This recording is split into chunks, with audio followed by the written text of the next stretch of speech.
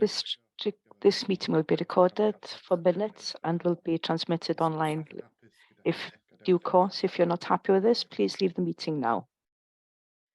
Iawn, croeso i chi Okay, gyd. welcome to you all to this meeting.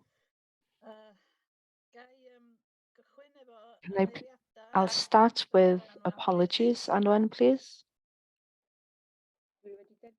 I've received Louise Hughes has apologized, Sarah Hattel, and Dilwyn Roberts, and Councillor Yvonne Glyn Lloyd as well. Okay, I have a few statements before we continue. First of all, I'd like to thank everyone for coming to the Development Day on the 14th of last month. Now time goes so quick, time by so quickly, I lose track. We had a great day starting in the Ysgwrn and ended up in Bennar Beach in Dyffryn. Lovely day. We had a meeting on the 25th and the 27th, meetings with the community councils. And the feedback has come back is that they've been successful meetings. A number of people enjoyed them. Also on the 27th, we had meeting, the 3 packs met with Julie James, the Minister, and the Chief Executive will talk about that meeting in due course later on in the meeting. So the awards were held in Bethesda, Career Eryri Awards. We had a meeting with Snowdonia Transport, which was quite successful as well. We saw the developments which are happening at the moment. I'd just like to remind you, on the 30th of this month, the Performance Committee will be held, will be a hybrid meeting. So anyone who'd like to attend a meeting in Tanabulch, personally, I'm looking forward to returning to Tanabulch to start meetings there. And on another note, I know that Louise has, we'd like to wish her well.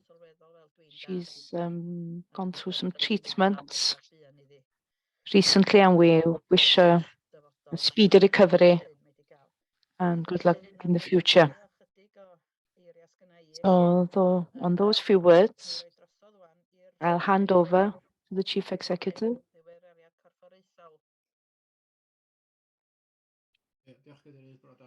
Thank you very much. Good morning, everyone. I'll start off with the notes I've sent round. So the Hillside court results, we're very pleased that we've been successful in winning the appeal here. And we will receive a paper in the planning committee in order to tell us what the obligations are with us. With planning matters, we've possibly picked up that the Welsh Government have allowed the local authorities to bring in a new class for second homes and houses which are let on a short-term let. Article 4, John will bring this discussion paper in a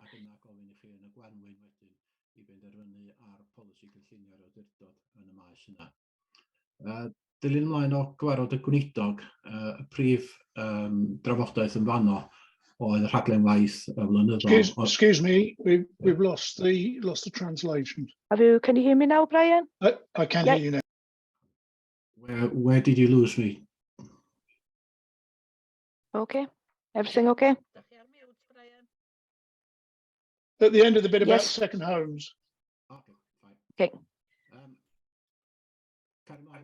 Yes, well, continuing on from that, we had the meeting with the minister. 2 or 3 things were discussed. So the work program, which was has been set out for the 3 packs, and also the financial situation. She's promised us 2 things. that she will ask her officers to look at what she can do to look at the financial situation for next year and the following year. You remember that we've received a flat budget for 3 years. And she'll give us advice to consider what we can do less of in the short-term period. She seems confident that there will be more money coming our way in 2 years' time. So we will be discussing this with you. The budget, the Welsh Government's budget will be sent out on the 13th of December, so we'll have a better idea then. And of course, the budget in Westminster tomorrow, so we'll have a better idea of where we'll be at financially next year. As a short-term measure, I have frozen the staff recruitment, which comes out from our baseline. Any job which is financed by a grant will continue with those. That's just to be careful, really, just in case we face a difficult time financially. But the order we followed before and the one we intend to follow again this year, once we know what financial challenge we're facing, we will meet with the main chair people within the authority in order to go through the main headings within this challenge, and then we'll hold a meeting in order to scrutinize what can be done and come to any decisions then. Well, we will send the decision then before the authority. Even though we are facing a great challenge, I'm quite relaxed about the timetable to achieve this. I don't think we need to rush into anything drastically, even though we are aware of the pressure, that there will be great pressures placed upon us within the next few years. Last week, myself, Helen Parry and Catrin Glyn gave evidence on the transport in the north of the park to Trefnidiaeth Gogledd Cymru, and we were very well received, and they were very supportive to the work which has come out of the traffic study in the north. Natural Resources Wales are also moving forward with the preparatory work in order by setting up a new national park in the northeast. They're going to send out a technical note on the process before Christmas, and I'll send this out to you. And just to finish, Sian Owen, our finance officer, isn't here today, but she will finish her time with us next month, and she will be going on maternity leave, and David Williams will step into the breach for that period. So thank you, David, for helping us with these arrangements. So that's all I've got to say. Thank you, Emyr. We'll move on now. Are there any questions? Any questions from the public? Nothing? No, nothing, no. Great, Iwan. So any declarations of interest of any matter which are in the minutes? No? I don't see anyone with their hands up. Okay, thank you. We'll move on now to the minutes. Does anybody like to propose that the minutes of the meeting held on the 12th of October are a true record?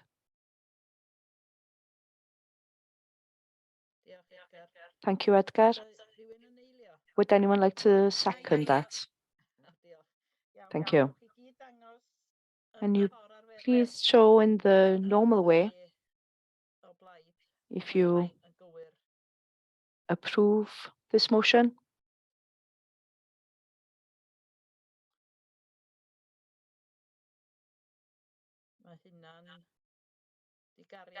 That has been carried.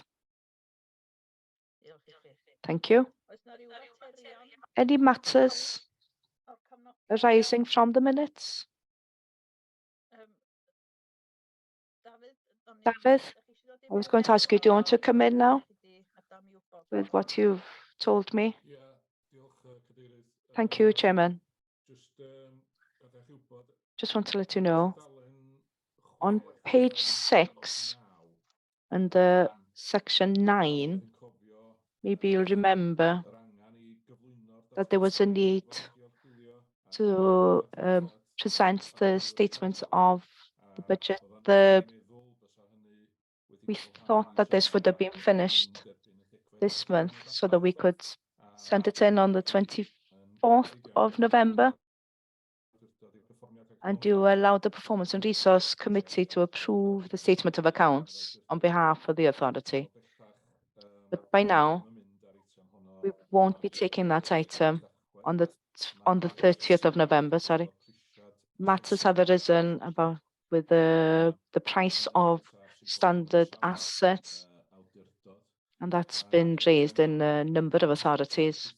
This means that the accounts, it will be delayed. It's just a matter of lack of information about the price of our assets, and that will send the audit date back. It's the same for a number of bodies into the next calendar year before we be able to approve the accounts. With regards to that, I think there is a requirement. It's not a statutory requirement to send them in before the end of January. They've asked if it would be possible. The Welsh Government have asked if it'd be possible. And since we have a meeting on the 9th of February, I'm not going to ask you to arrange a special meeting in January to accept the accounts. We'll take them to the scheduled meeting on the 9th. And Rachel is on board with that. And following that little speech, I think that's it. Thank you, David. Does Rachel have anything? No, David has covered everything. I just wanted to confirm what David has said. There aren't any sanctions on us for missing the deadline end of January. It's an expectation really from the Welsh Government, rather what they require us to do. So we're just waiting for more information from the external pricer. We can't really give advice on the accounts until we've received that information. So we just need a little bit more time then to complete the audit. Is there anything else arising from the minutes? Anybody like to raise any other matter?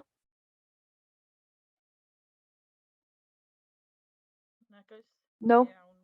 Okay, we'll move on now to number 7.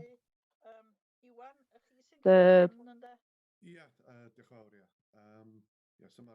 action log.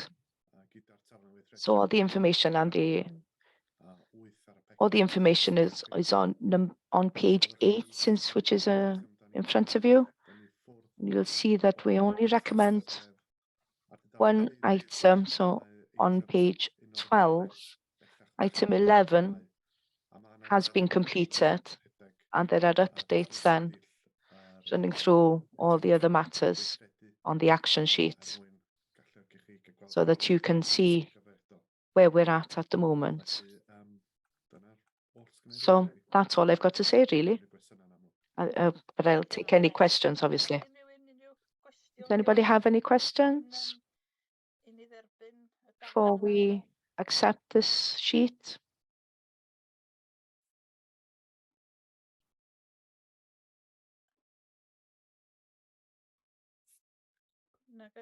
No? Okay. Does everybody accept the updated report? If you'd like to show here, please.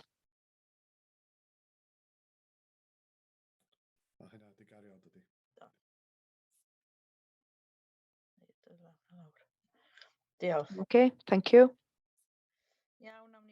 We'll move on then. Number 8, Treasury Management. Interim Report 22-23. I'll pass these 3 items over to you, David. And I understand that you're going to do item 10 before. I'll start with 8, then to 10, and then on to 9. Number 8 is quite short. It's the current year. It's a review of the mid-year of the money in banks. The code of conduct the code of conduct of SIPFA, for managing the treasury management, asks authorities to report on the performance at least twice a year. And the authority recommended that approved the strategy on the 9th of January 2022. So this oral report will just gives you an update in the middle of the year. So we'll report back at the end of the year. So in brief, so since April, Sian and the finance departments have invested the authority quite equally between the parties that the authority approved in the strategy back in February, which were the Bank of Scotland, Barclays, HSBC, and Nationwide and Santander. There weren't any defaults at all from these banks. There's no hint of that. And at the moment, it appears that that our money is safe again this year. We do think that the interest income this year will be about 12,000 more than the sum that we expected in the budget of 22-23. And that's one of the silver linings in this black cloud, which is hovering over us with the economy.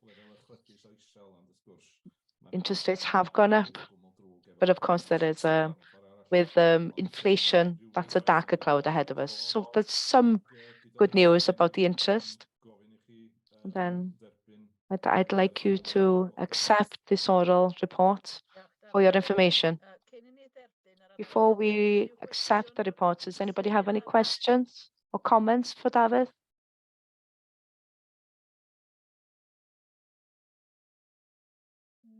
Nope. Okay. Can you please show in the usual manner if you accept this oral report or not?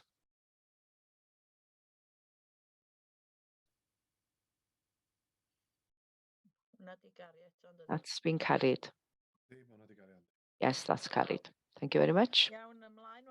We'll move on now to item 10, which is on page 18 of your package. We're looking here at this year's budget. I've had to look quite detailed manner at this morning because Sian's caught a bug or something as Sian was going to present this. I hope you won't have any detailed questions about this because Sian has conducted all the work on this. I'll take you through the report. What we had from last year, we've added what was over from last year into page 19, the revised capital budget, and you'll see here that there is an overspill from last year's budget into this year's budget. And you'll see that there is an increase of 1.5% from what we received in April. I don't know if any of you remember what happened last year. Last year, inflation was very low, and we planned for this low level of inflation, but we were aware that things would change in January. So in February, we recommended that we should raise the levels of the VAT inflation up to 3.4%, but things have changed completely over the 8-9 months following that. And the agreement in April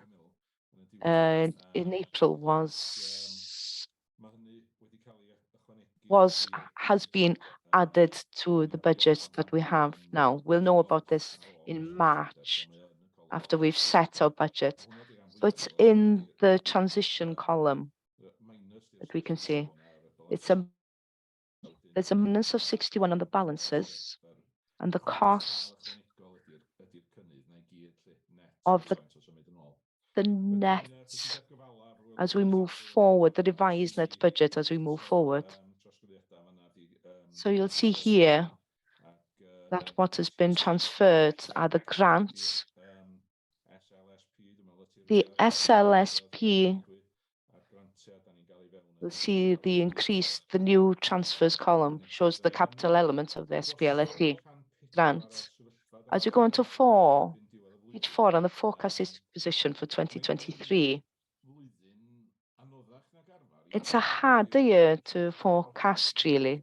I'm sure that most of you are aware of the situation with inflation and the energy costs and etc.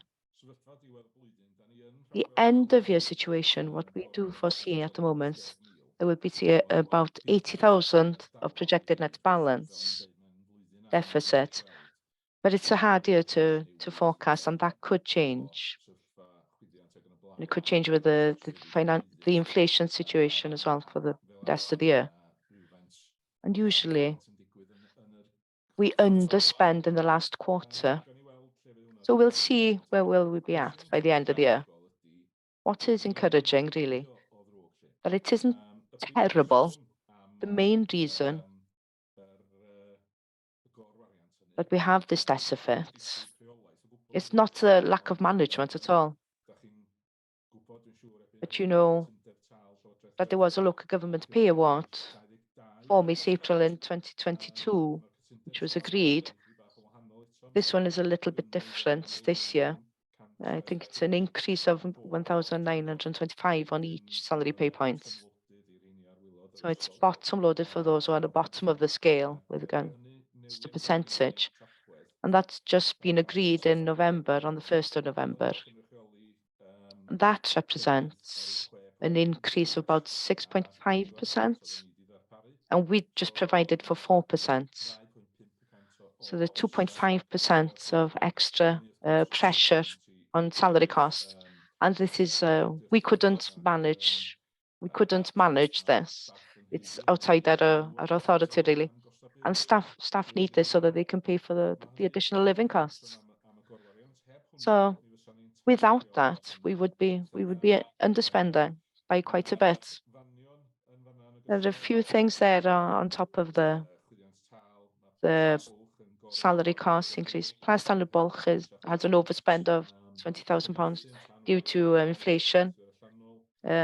Translation is underspending because we're using external translators. Legally, well, because we were successful in the outcome of the Hillside case, as we mentioned at the beginning of the meeting, and corporate management underspent because of a vacant post. The planning management, there's a deficit of 86, again, because of the salary increases.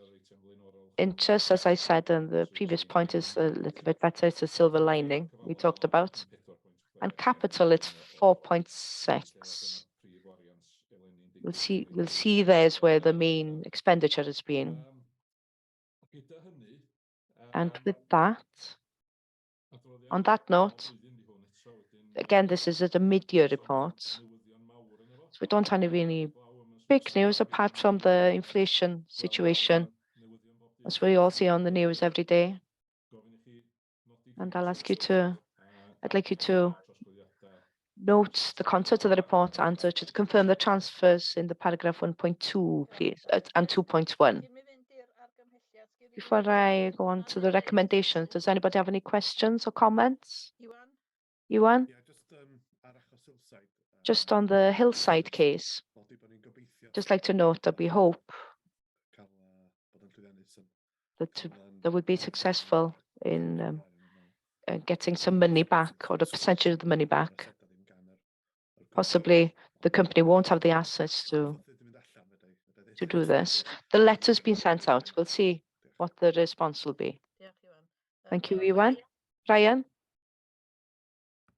Thank you, Chair.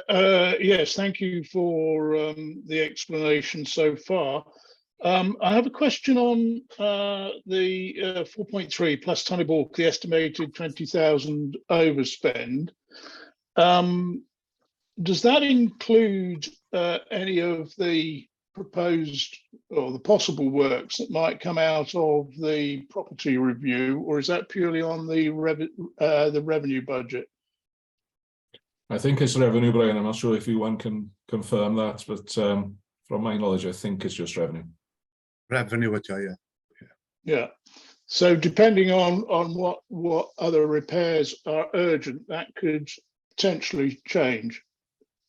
Would that be right? Yeah, that's right. Yeah. Yeah, thank you. Diolch, Brian. Thank you, Brian. Anyone else have any questions or comments? No. So I'll take you to the recommendation. So we have one recommendation that we should note the content of this report, and the other is to confirm that the money being taken from the reserves on the new transfers under the table, actually, under 2.1. I'll take them separately, if I may. So could you firstly show them, please, if you're all happy to note the contents of this report? If you could please show.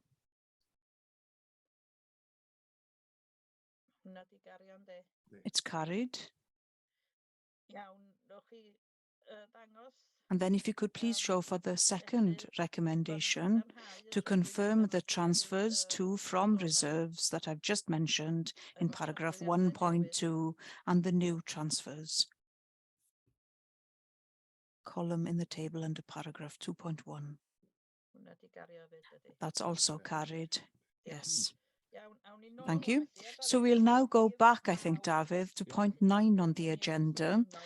The base revenue budget 2022 or 2023-24. Yes, thank you, Chair. I'll take you back to page 14 of the pack, item 9, and this is next year's budget, 2023-24. The Chief Exec has already mentioned this. I'm not saying that he's stealing my thunder, but I think we are agreed with what he mentioned a little bit earlier. And what we have in this report is that we can continue with the current services in order to meet the inevitable costs that the authority faces. And that table then on page 15, I think summarizes it for us. The changes in terms of this year's budget, beginning with staff costs, that's the pay agreement of some 6%. And I referred to that, 345,000.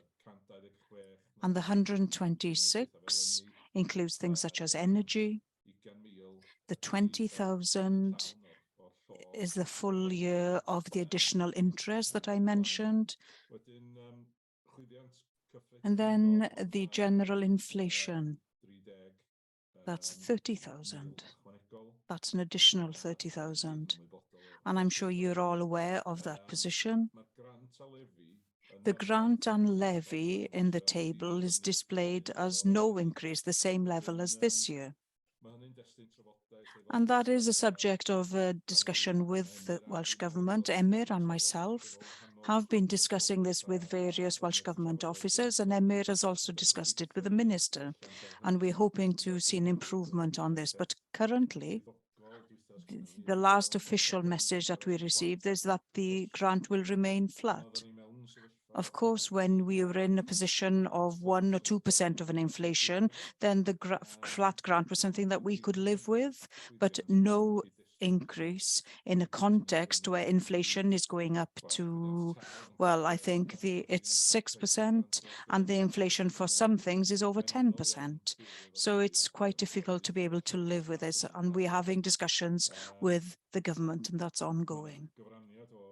There's a contribution from the reserves, and that's the contribution that 572, that's the for specific plans. And then below that, we have a deficit of 800,000, an estimate, which we will have to fund from somewhere.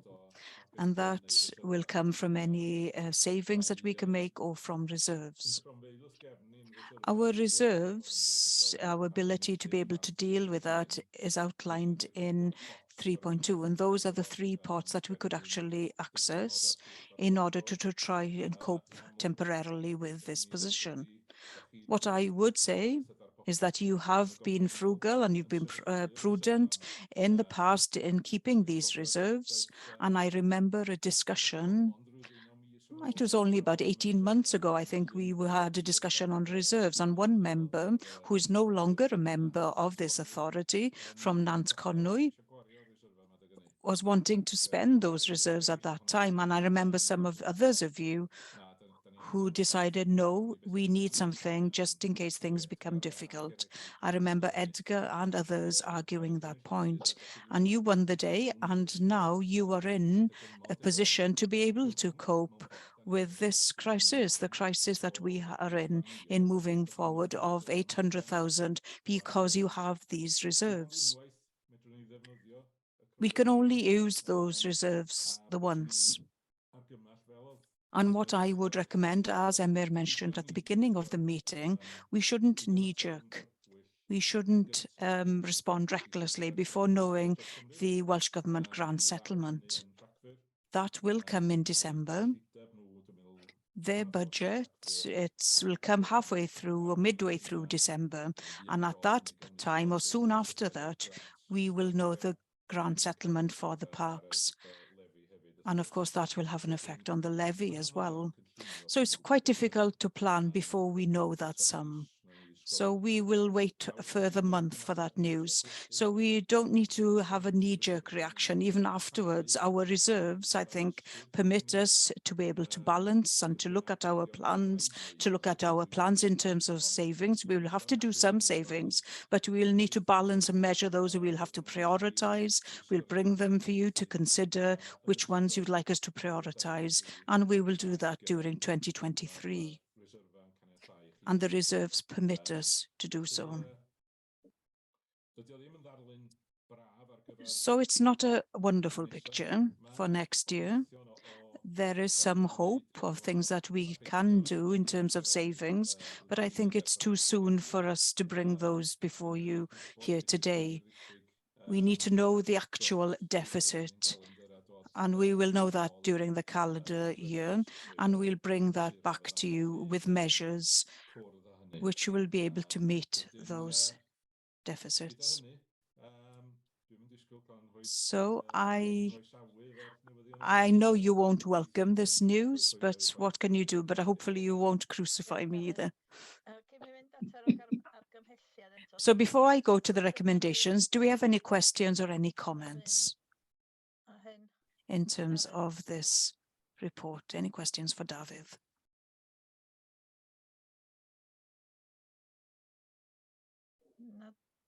No? Everyone seems relatively happy-ish.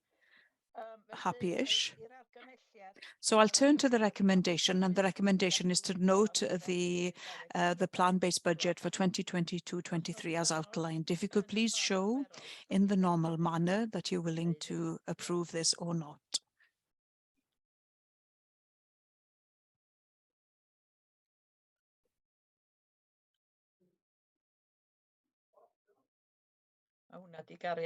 I think it's carried. Yes, carried. Yes, if I could just note, I do have further meetings today.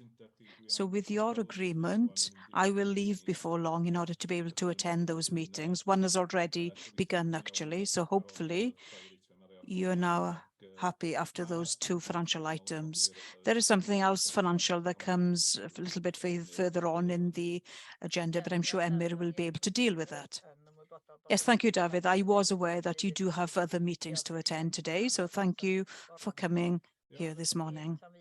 We'll see you again soon. So we'll now proceed to number 11 on the agenda. Iwan, I think you are taking this, the standing orders relating to contracts. So in part 1 of the report, I've set out a little bit of the context. We had a task and finish group on governance, and as part of that piece of work, we acknowledged that we need to update some of the standing orders relating to contracts, especially as a result of the changes that have happened in this area as a result of Brexit, etc. So I discussed with some of the solicitors, and we revised the standing orders. In part 2, I've set out the main principles. There are some general principles that have been set out in part 2, which explain some of the reasoning and the mindset why we are going through this process.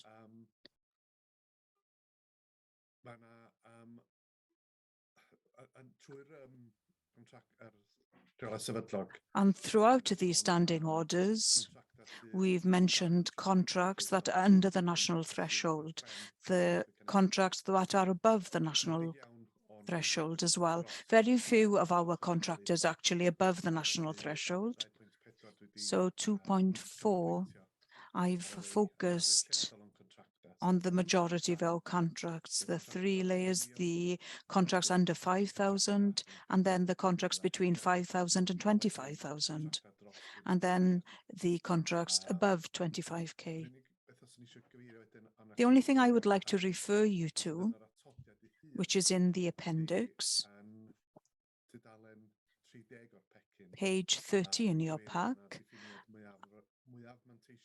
and the most advantageous economic, and I think this the most economically advantageous, and that gives us some flexibility in going about on which criteria that we would like to choose our contracts, giving the definition before we go out to tender. And it will also hopefully help us to build on the green procurement in terms of the future, especially when you consider the emphasis that's now given by Welsh Government on local procurement, etc. And so the recommendation that the authority should adopt the standing orders relating to contracts, which are enclosed as Appendix 1. So I'll leave it there. And any questions? Again, as normal, we'll go to the recommendation, but are there any questions or any comments in terms of this matter? Thank you, Chairman. I'm very pleased to see the detail here, and I have to confess I may not have read every single word. But under the definition that you pointed to just now, which I was just beginning to look again for, which was this question of the decision on how you what is the most economically advantageous, or how we make the decision there. You include environmental characteristics, but I don't recall, although I may have missed it, where those environmental characteristics are spelt out and what emphasis within that we're placing on the issue of carbon reduction. This was an issue which came up significantly in the carbon scrutiny meeting a couple of weeks ago, with procurement being shown as the largest element of the carbon footprint of the park. And therefore, in the contract process, we should be, the discussion, although no decisions have been made, was how we might be able to use the procurement process as an influence on our carbon footprint and how we build that into the contract selection process. So I'd be interested to know whether that discussion has already been factored into these standing orders, or whether that is something which should be factored into the standing orders before we approve them. Diolch, Brian. Yes, thank you. When I presented the report, I think I referred, the way I look at this is that this provides us with a framework and we can build on it. And what Brian is referring to there, I think, is a policy. It's the green procurement policy. And we do already have such a policy, but possibly we could build on that.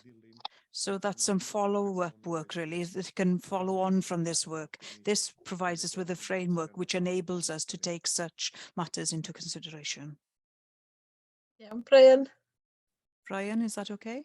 Yeah, if I could come back on that then, I mean, would it be possible, and you may want to decide how to manage this, but whether we could actually include some reference to that in the recommendation, that the environmental characteristics are reviewed once the Carbon Scrutiny Committee has finished its deliberations as to how the environmental consideration within contracts are reviewed going forward, and whether that requires an amendment of the standing orders.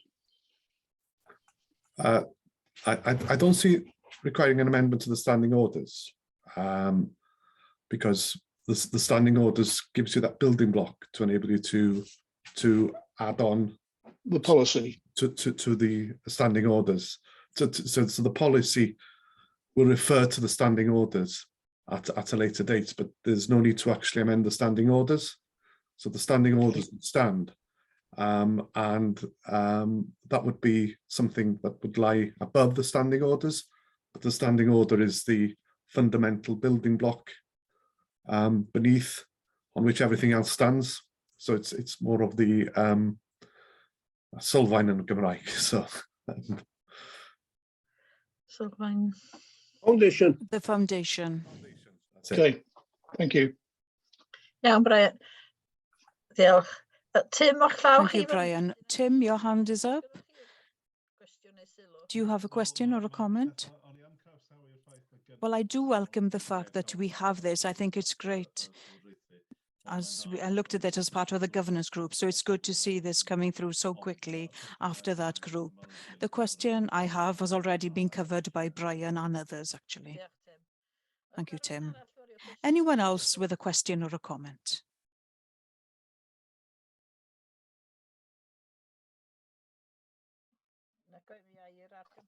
If not, I'll turn to the recommendation, and the recommendation being that the authority should adopt the standing orders in terms of the contracts that are included as Appendix 1 to this report. Could you please show in the normal manner if you're willing to approve, please?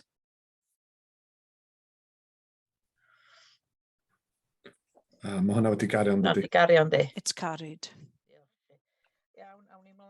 So we'll now proceed to point 12 on the agenda. I think, Iwan, this is yours. Yes, thank you. This is the draft annual report of the Independent Remuneration Panel for Wales. And I also have the next one as well, I think. So this is a draft report which has been brought before you in order for you to comment. This normally goes before the Performance and Resources Committee, but because the dates or the date of this meeting has also been brought forward, it's come to this meeting this time. And as you can see from paragraph 2, the main recommendation that affects the national parks is that they're proposing that the money, that the remuneration to members should increase by 4.76, and I've set this out in paragraph 2.21, and what this actually means for you as members. That would be an increase in the basic salary for members of 4,738 to 4,964.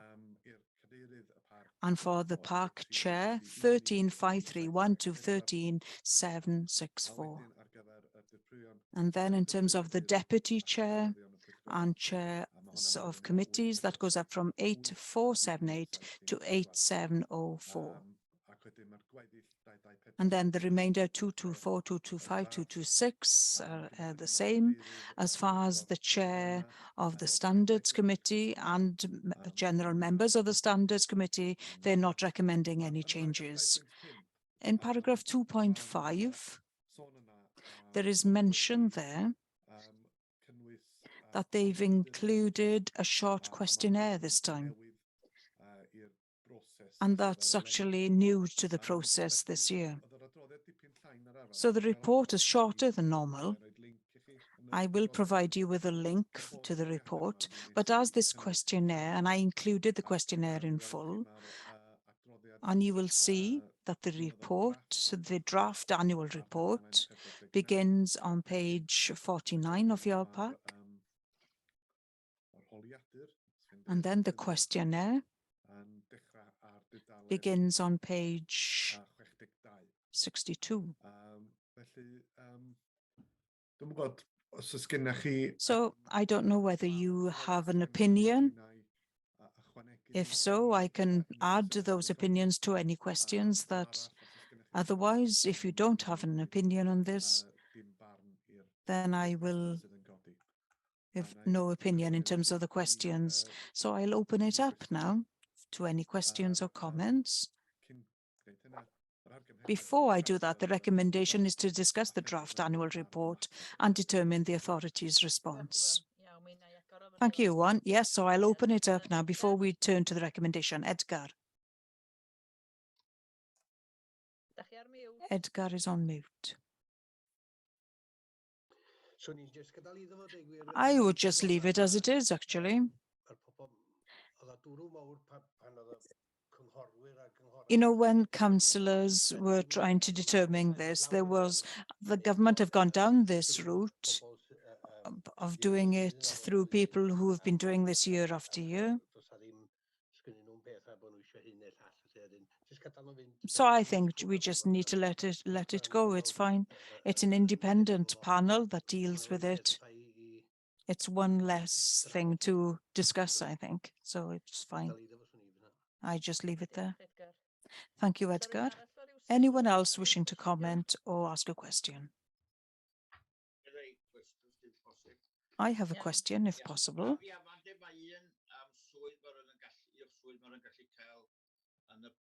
There is a role in the park where a member can have a pay from the park and Gwynedd.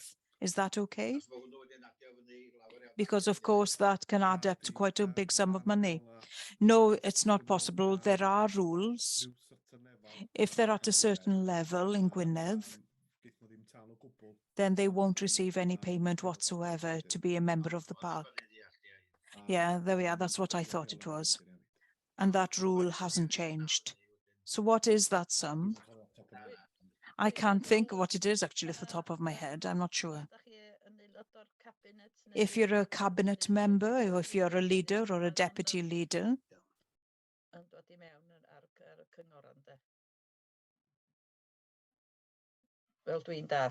that's how I've understood it. I'm just asking the question because it can be quite a significant sum. It's not possible, no, to do both and to have payment for both. If there's a corresponding post to being a full-time post and that there's a enumeration of such being made, such as if you're a member of Gwynedd or Conwy, then you will not receive additional money to being member of the park. I'm not too actually sure where that level actually comes in. Any further comments or questions?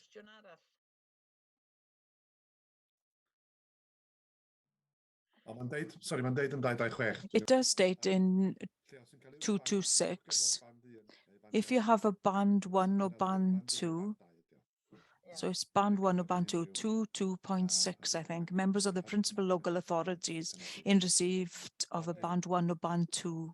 It does state there, actually. Yeah, it probably refers to the leader and cabinet members fit into those bands. So are you happy, therefore, that Iwan should fill in the questionnaire that has arrived, which is on page 62, and to fill that questionnaire in on our behalf? If he could please then show that we have discussed and we have determined the authority's response. Are you all agreed with that recommendation?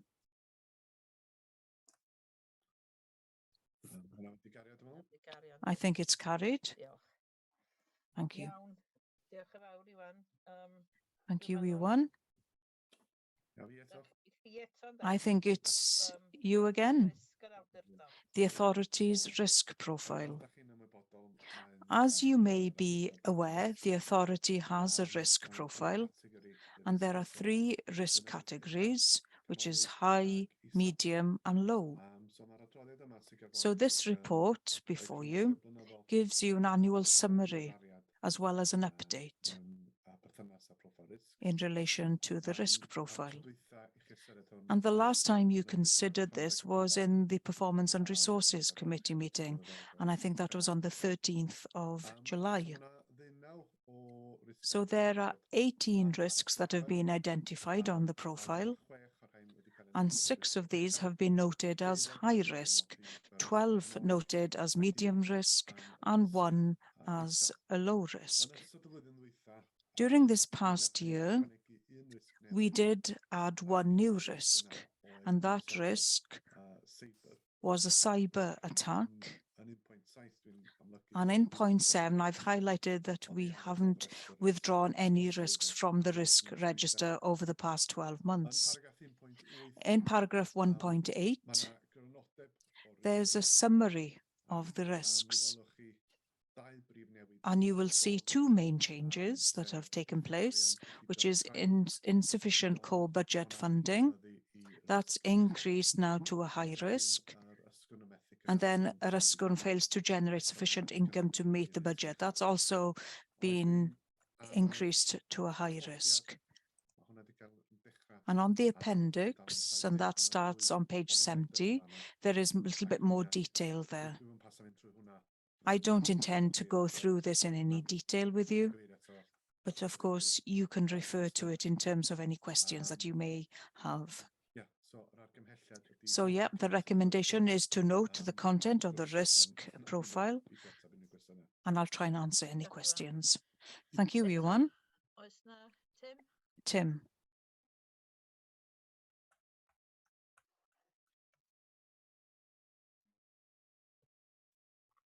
Trafferth yn mute. Cwestiwn ar Plas Tan y I Bwlch. have a question on Plas Tan y Bwlch. Maen nhw'n ganolig ar y foment am dyfodol tymor hir. And they're in medium term currently. And we've heard that the financial position is becoming a little bit more difficult, and hopefully that will only be in the interim, especially with problems with cost of living and energy costs increasing. But I must say, I do think if you look at the report that we had recently on the carbon budget for the national park, and if you're looking at the situation there for Plas Tan y Bwlch, it contributes almost half of the carbon in terms of buildings to the park's budget.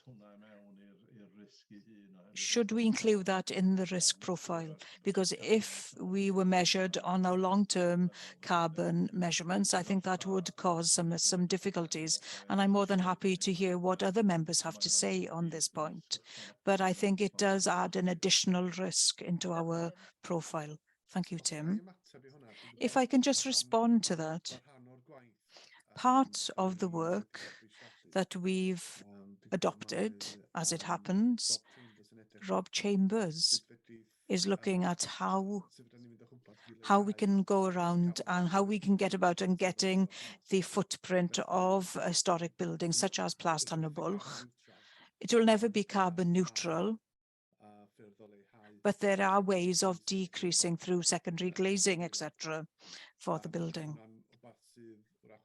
And that's something which has been factored into the work that has already been undertaken to see how viable we can actually make Plas Tan y Bwlch.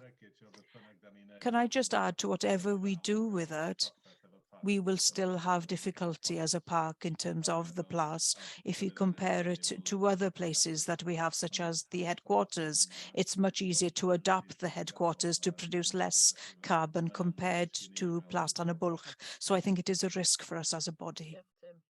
Thank you, Tim. Emyr? Emyr?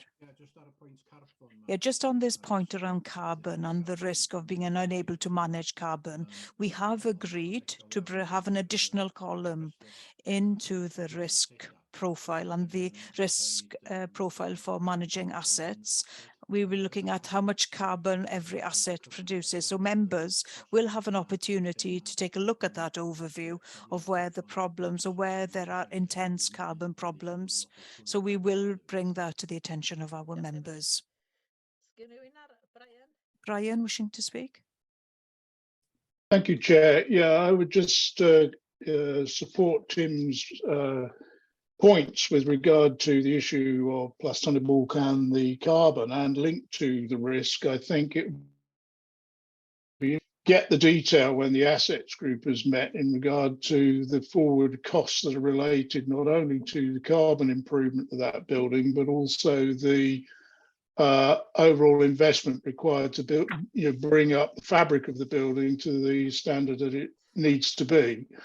And when we have that, it might be better to make the judgment in regard to risk, but there's a financial risk there as well as other risks associated with that. And I think that those need to be factored into the overall way we view risk in relation to that asset. Oscar, dwi'n cytuno. If I can just come in there, I do agree. I agree 100% with what Brian has said, that we have to consider the cost of bringing the PLAS up to a certain condition. Well, it won't cost us as much to maintain on an annual basis. And there is a very significant cost, I would have thought, to enable us to do that. What you have to remember on the 17 risk profile for the authority, whether we continue with the PLAS or not. And that's possibly why it's still in amber. The cost, if we took it and if we had to actually close Plastonibulk, it would have a big financial impact on the authority. Thank you, Iwan. Tim, your hand is still up. Just one other point on risk 5 in terms of transport, Rwyddfa. From looking at what we have here, the measures that we have taken in order for the risk less likely to happen, I may have misunderstood this. Has it gone from amber to red? Is it something that I've understood totally? I'm not sure. Yeah, it's something that we've picked up on in mitigating the risk and ensure that it decreases rather than increasing. I think the first assessment that we undertook of the risk is that the situation has changed and we will have to relook at this situation on the left-hand side column. Because obviously, it's not necessarily the work that we've done that has increased the risk. In my opinion, then, I think we should take a look at this again and to ensure that the colours are going in the right direction. Otherwise, it doesn't reflect on us particularly well, does it, as an authority? Thank you, Tim. Brian, you'd like to come back in? I would like, thank you, Chair. On item 7 on page 73, I think it is, which is relating to the Carnetho landscape. It's really a question. I was quite surprised to see that in the last few months, we've lost, 5 roles within the project's changed staff.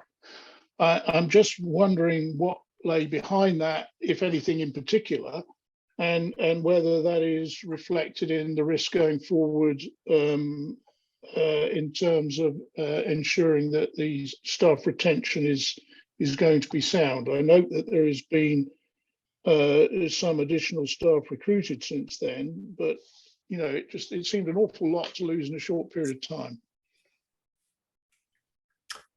Fydd ddod fewn ar hwnna, Cadeirydd. Iawn, John. Yeah, dio ddim byd. It's not a huge thing to be worried about.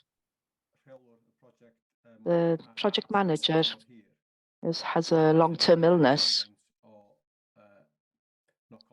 And that's had a knock-on effect there. Another member of the team has asked to go part-time, to work part-time.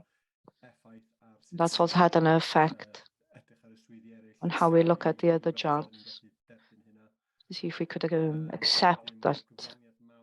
And then the large contribution to the work comes from another department, and a member staff from that area has moved on to other things. These things happen. The long-term illness, the manager is, well, we couldn't foresee that. We're not worried about it at the moment. I think Naomi's got hold of the structure and everything looks okay now. There's, I don't think there's anything we should really be worried about. Okay, thank you. And the person who stepped in following the manager's illness is doing great work. Thank you, John. Are you happy, Brian, with that answer? Yes, I can imagine that must be difficult to manage, but if we feel that we've fully got a grip of it and on top of it, and there's no underlying reason for that in terms of what we can afford to pay out the project and so on, it's one of those things that we have to manage. So that's fine. Thank you. Yeah. Does anybody have any other questions or comments? Can I just add to what John has just said about Brian following? The following months have been very difficult for the project, and the situation, this officer's situation has been part of that. But we have got hold of the situation, as John said, and that's partly due to the support of some partners within the scheme, and specifically National Trust. And through the project budget, we've been able to increase the capacity. The plan was always going to be an ambitious project to complete within the five years. And COVID has obviously made this more difficult since the project started in 2020. But with the support of our partners and the Heritage Fund, we've been able to transfer the money we had in reserves to build on capacity. And we're back now where we intended to be when we started out. So we cross our fingers and hopefully the situation is under control. Thank you, Naomi. Thank you very much. Any other questions or comments before we move on to the recommendation? No? And the recommendation is note the content of this report. Can you please show if you are in agreement with that? I'd like to add that we note the content of the report and we include the changes to the column on the left on item 5. Is everybody happy with that? Happy for that to be added?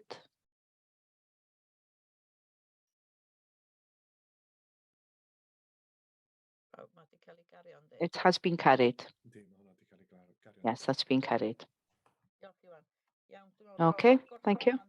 I think you finished now, have you? I finished presenting, but hopefully I'll have some input.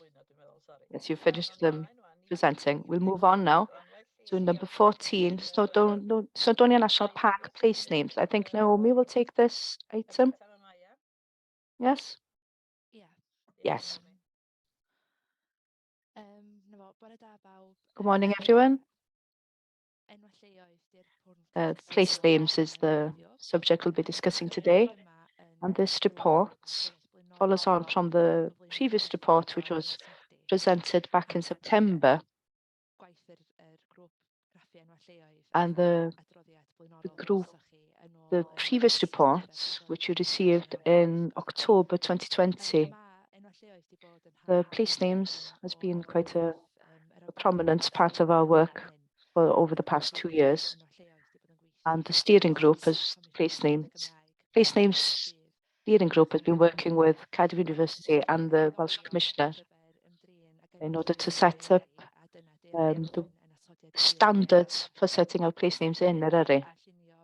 sort of been planning projects in order to standardise and raise awareness of place names within the park. There will be more work will be set before the authority by spring 2023, including a list, a standard list of lake names within the park.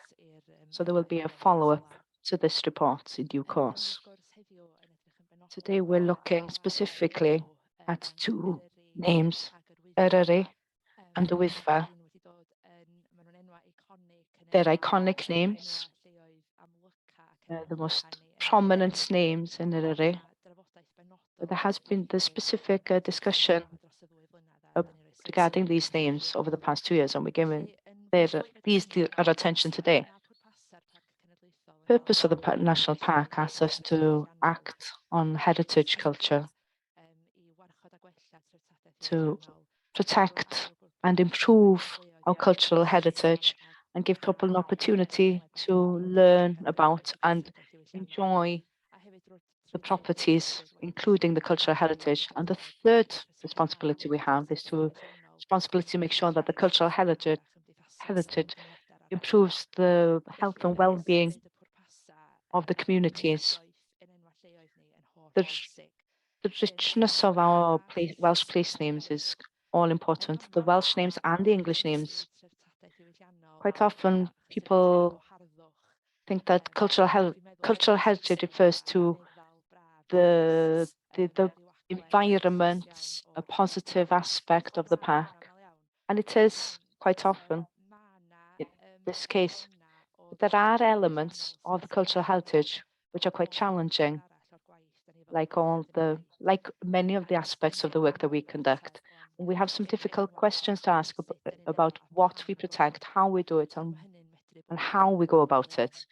And there have also been quite a few heated discussions about these, including the Welsh place name, including the place names. We have to challenge our own perspectives and our own perspectives about these. Place names surround us wherever we are in the world. Place names give us a sense of place. They're a practical tool which enable us to find our way from one place to the other. They remind us as well of our place in the world, geographically and culturally, and understanding place names so that people can place them in their place is very important. My intention by looking at the report is to go through the recommendations, to start on the recommendations and work our way back and show you then the evidence that has led us to these recommendations. There are two recommendations in front of you today. The first one recommends that the members adopt the place name principles, Dr. Dylan Prosser in Appendix 1, as a guide for the authority's use of English place names. These are guidance for the authority in order to facilitate how to set out place names where we have more than one name for a place.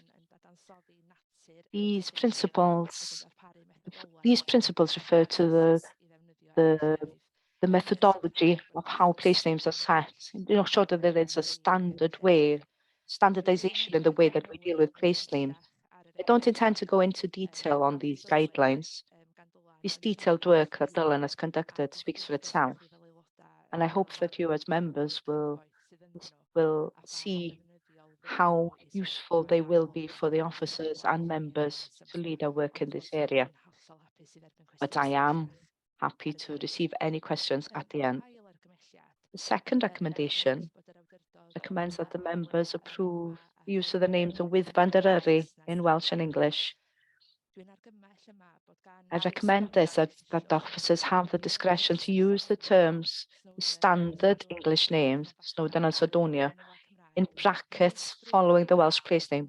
Not everywhere, not as the norm and not in each context, but in situations where this is needed in order to ensure that we do reach our audiences and that we educate.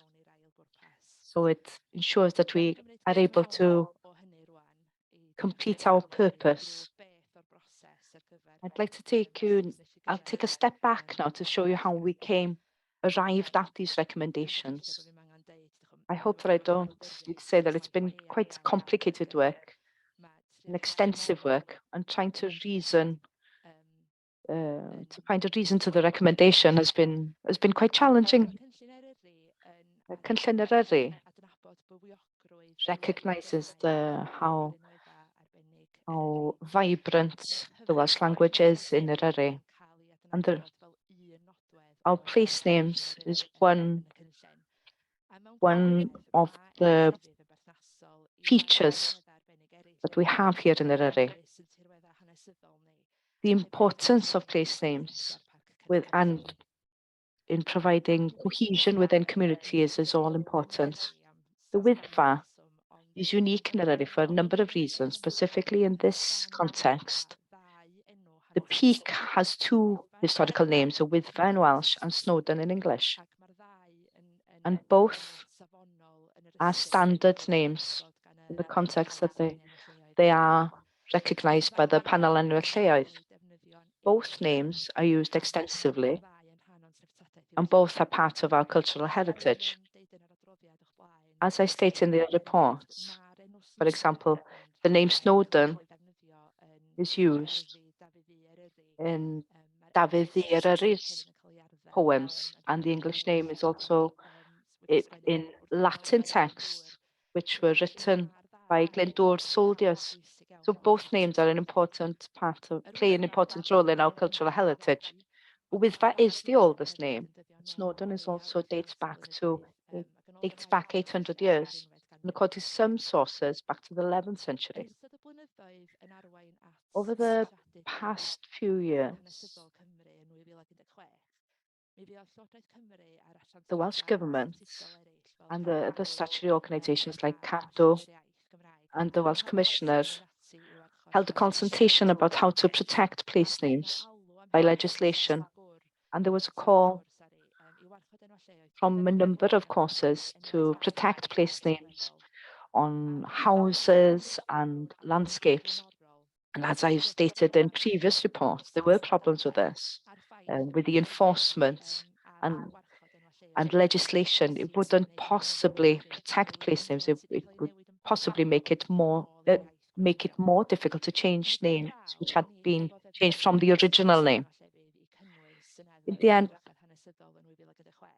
in the 2016 report, legislation wasn't included, but we did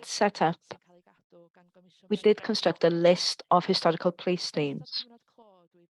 During the COVID period in 2020, place names was a hot potato on social media because more and more people had an opportunity to spend time at home and appreciate what the local areas had to offer. And more names appeared about foreign place names implemented within Eryri. Since setting up the Partneriaeth Eryri, we have the National Park has used Yr Wyddfa in Welsh, followed with Snowdon in English. And since 2020, the same has been used for Eryri. That has followed calls from the public on social media and a petition which was presented to the authority last year asking for a change, that the authority changed and used Eryri and a Wyddfa in both languages.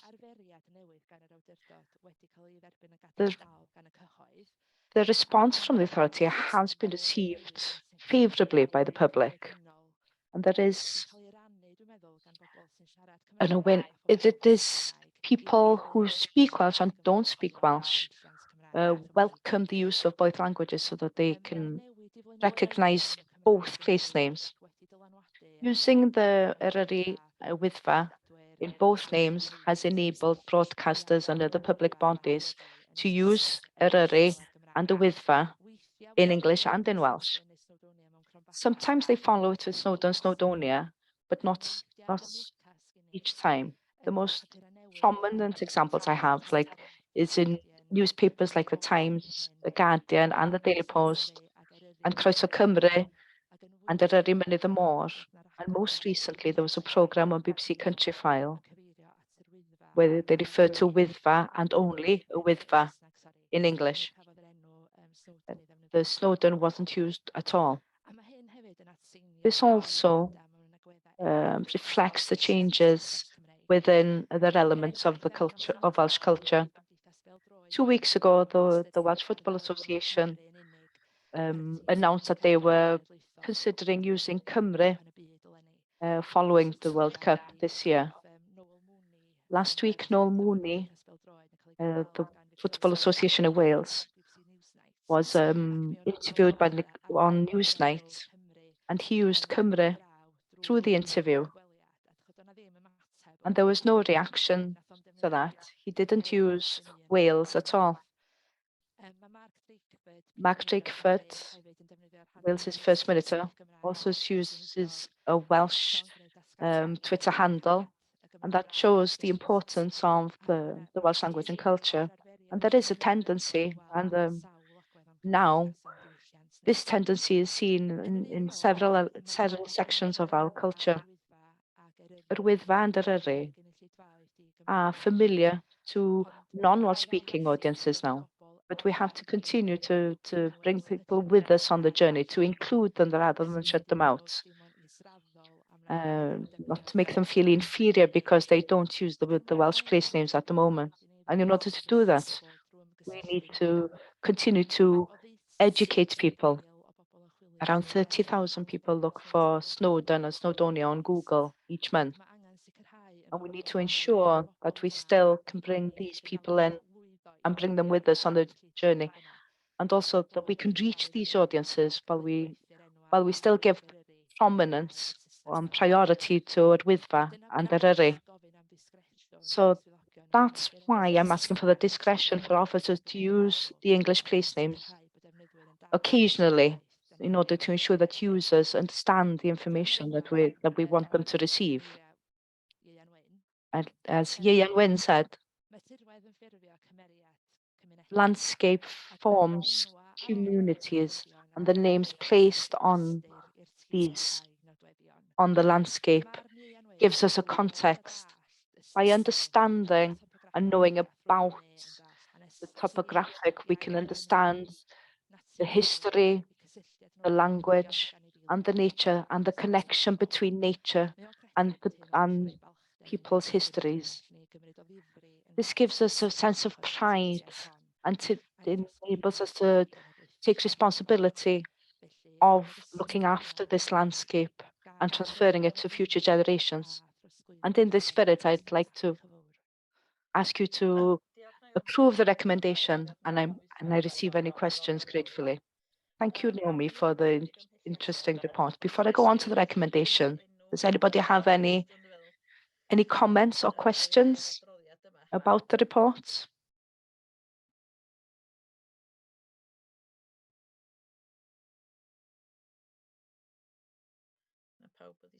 Everybody's quiet. That wasn't supposed to happen. I'd hoped that there'd be at least 18 hands. My hand's up. My hand's up. I can't see it. Yes. Thank you very much for the report. This goes back a while. I think about 7,000 people have signed the petition, and Cyngor Gwynedd have also asked to be known only in Welsh. I think we should stick to Wyddfa and Eryri only, and not use English at all. That's my opinion on this. Whatever has happened with this petition, it has brought it to the prominence, and we'll see what happens from now on. Thank you very much. Thank you, John. Joe? Yeah, I just want to say thank you to Naomi for such a passionate presentation, and I agree that we should have, obviously coming from an English background, that we should have the Snowdon in the brackets. Thank you. Diolch, Joe. Brian? Thank you, Chairman. Yeah, I'd like to thank Naomi for the hard work that's gone into this and for the explanation of what a complex subject it is and the expanse of history that has to be considered in the way that we view the evolution of language, whatever language that might be. I think also in the economic context, one has to recognize that as well. And that's not to say, and I'm a passionate believer, wherever one is, that the local language is absolutely got to be kept, all minority languages. I've felt that for a very long time and classed Welsh in that bracket. However, one has to be able to recognize what the current situation is. And I think where we're talking about the names of Snowdon and Snowdonia, or Iritha and Eryri in this particular context, I think the sensitive way that's been handled and the flexibility that's built into that recommendation over time is a very sensible way forward in recognizing that you've got to take people with you. Otherwise, you actually can create barriers, which in the end could, in the longer term, backfire. And more people will use it, the more sensitive that you, in the way that Naomi presented it, take you on that journey. And so I would certainly support the recommendation as it is set out. Diolch, Brian. Kim? Diolch, Cadeirydd. Thank you, Chair. I'd just like to thank Naomi for the report. I do agree with John here. I think that we should be using Wyddfa only. As a Cyngor Gwynedd, they will be only known in Welsh now. I looked at the paragraph 28, just thinking, as it's stated that Nick Livesey said, David said, the Wyddfa would be accepted by people. I think it's very terribly disrespectful to state that. I think that Mr. Bailey has been referred to in this report. He talks about a Wyddfa like the hell. I think that's a bit disrespectful, and the people struggle to pronounce Wyddfa without discussing how to teach people to pronounce it. I think that we should be using just the Wyddfa only. Thank you, Kim. Tim? Just one quick thing in paragraph 30. It says that Ieuan said a Clegwyn y Gyfr is called Devil's Appendix. That is factually incorrect. The Devil's Appendix are icicles that form around there. This raises the question of the climbing routes, and these are names which have been given by individuals who climb them for the first time. I think I do agree, and I do respect the work that Naomi's conducted, but every now and then, I think that we'll have to accept that some names set by some people, non-speaking people, and they've done it through their own skills, through the fact that they can climb places, and maybe it's a bit disrespectful that they should change it to another name. I agree with putting place names wherever we can in Eryri because of it's a Welsh area and the Welsh culture. But some names, like the Devil's Appendix, have been given by people who are crazy enough to climb up to things that I would never approach. And maybe we should say, well, we should show them respect and just carry on with what they've set out. Thank you, Tim. Elwyn? Thank you, Chair. I also support 100% to change the name completely to Eryri and Wyddfa. Can I correct what Brian Angel said? He said local language is Welsh in its own country. I think I'd like to note that part. It's a national language, and it's so it has been, and it's not a local language. We want a statement to press as well to say that we're doing this. And another point, for how long will we include Snowdon following Eryri? People will understand what Eryri is over a period of time, as I've already done. The Eryri ar Wyddfa. There are a number of other names. We're in the same area, which are disrespected as well. That's all I've got to say. Chair. Thank you, Elwyn. Can I just react to that, the comments, please? I just wanted to make it clear what exactly I'm asking for in the recommendation. We do recommend moving towards using Wyddfa and Eryri only in most cases. The main thing we're talking about here is for the discretion is the website where there are a number or tens of thousands of people who look for information about Wyddfa and Eryri, and they use English terms. And in order to ensure that we can still reach those people, I'm not talking about using the English place names in brackets each time we use Wyddfa and Eryri at all. Far from it. But just to ensure that people realize that they're raising information, that they found the correct information that they were looking for. I'm not talking about continuing with the tradition as we've done over the past years to put Eryri and Wyddfa every time together with Snowdon and Snowdonia. This is a movement. It's a huge step forward. But we do ask for the discretion, just in some situations, in order to ensure that the information does still reach people. The authority has invested a lot in the new website, in time and content, and we want to ensure that that continues really, and that the second purpose is still. But over time, definitely,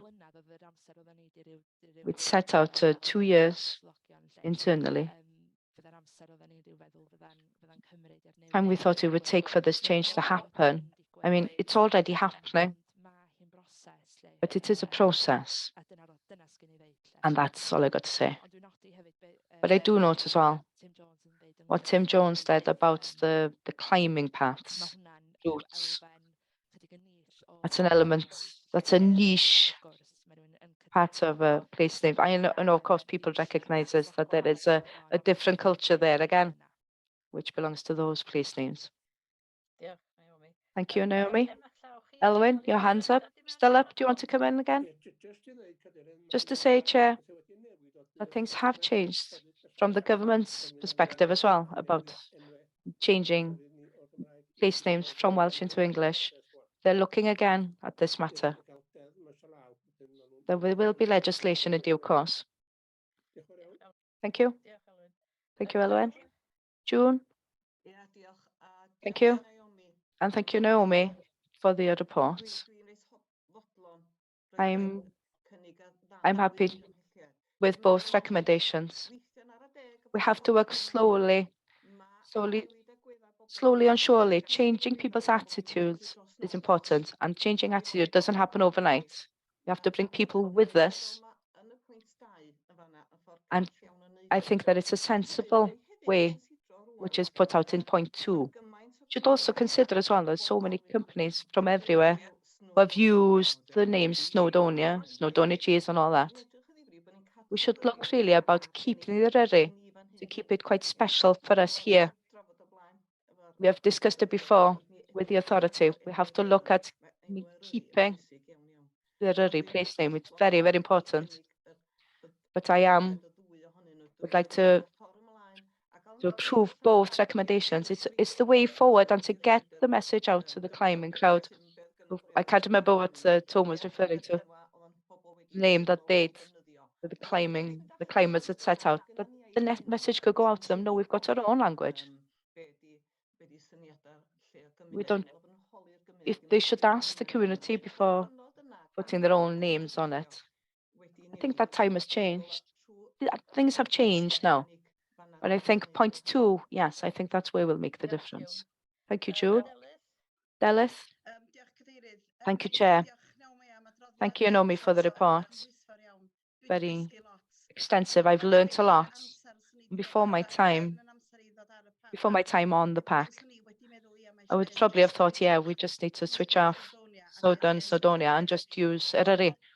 But the experience in different countries and, you know, what June has said to an extent, it's that we should have flexibility to bring people with us, and that's the way forward. It's not a small matter to just get rid of a name. Well, not get rid of a name, but names which are historical for a number of people. So I would support both recommendations. And I thank you, June, for the comments. I do agree completely. Thank you. Can I come in here? Does Delith second June's proposal? Yes, I'll second it. Is anybody else with any comments? Before I go on to the both recommendations. Helen Pye is part of the, and she's happy to come in on the digital aspect if you want some more information about this with the websites. Yes, Helen, you're welcome to come in. Thank you. I've been hiding in the background, listening. Very interesting discussion. And it's a very exciting time. Just with the technical element of using the brackets on Snowdon Eryri with a discretion. There's a technical issue to that. How Google and things like Facebook and Twitter look for information with algorithms. And if they don't pick up on the algorithm, a strong algorithm, which uses a name which is recognized, it's very hard for us to get the information coming out on top of the list. For example, on Google, if somebody looks for a specific term, people won't usually go to the second or third page. And we've been able to ensure that we're on top of the first page. But if we just have a clean slate and stop using Snowdon, it'll be very hard for us to get the information about parking and transport across for quite a long period. Having said that, I just wanted to add to the issue of pronunciation. When this was raised in the press a year and a half ago, one of the things that we realized and the team realized on the social media, people loved learning how to pronounce the names, Wyddfa specifically. So whatever the decision is, we will continue to engagement work on this. And a statement has been prepared to be sent out, dependent on what the decision is. Does anybody have any questions or comments? Okay. I'm going to take the recommendations one by one.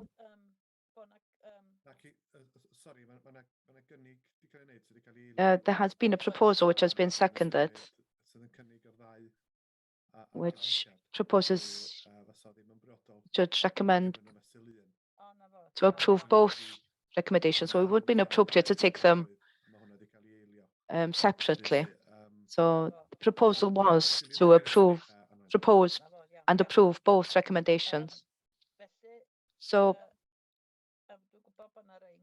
I know that some are against and some support the recommendations. Could those who support the recommendations, can you press the green tick?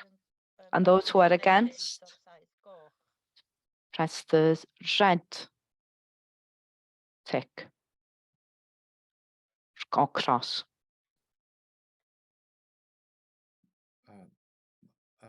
And as I can see everybody, there are some Elfed, they can abstain if they want to. There's opportunity to vote against or for. And that has been carried. Di gario o blaid. And that has been carried Yndi. for the to accept the recommendations. Thank you very much. A diolch i Naomi. And thank you, Naomi and Helen, Am ddod i mewn ato ni. for coming in today.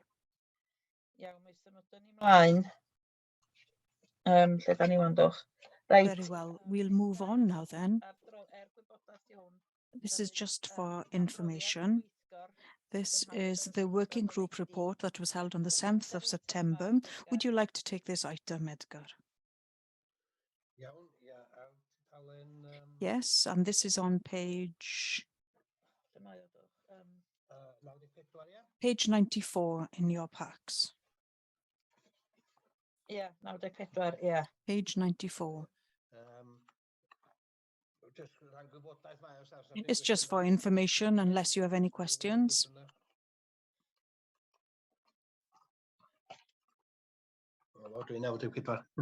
Di pawb yn derbyn? So are you all happy to receive the set of minutes for information? Newch chi ddangos? If you could please show. Yndi ma. Hwna di gario yndi? I think it's carried.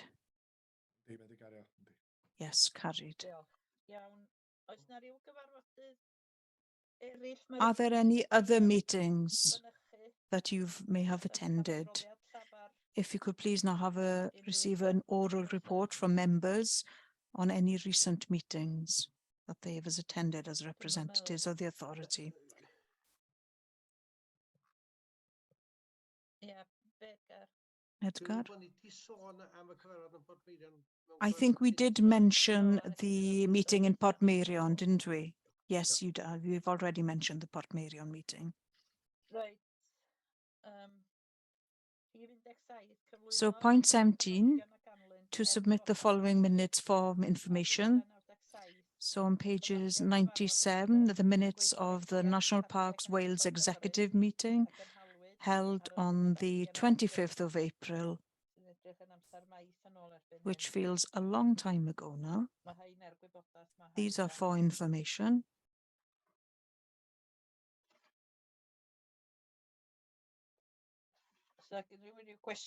Any questions or any comments that you'd like to make in terms of these minutes? Brian? Brian, you're on mute. Sorry, I was on mute. Yes, page 100, item 7, on member support. I'm wondering, A, whether the meeting had taken place with regard to discuss that member support further, and whether there's anything that's not in here that would be useful for members to know in relation to what is being discussed in that regard.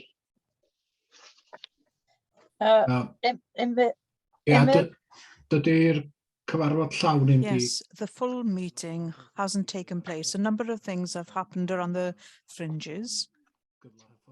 That there's a training opportunity has been offered to us in Northumberland, and perhaps the Wales member, also there'll be one in the Brecon Beacons in May. We have appointed a strategic officer under Welsh Government funding, and Pembrokeshire will be hosting that officer, Hannah Jones.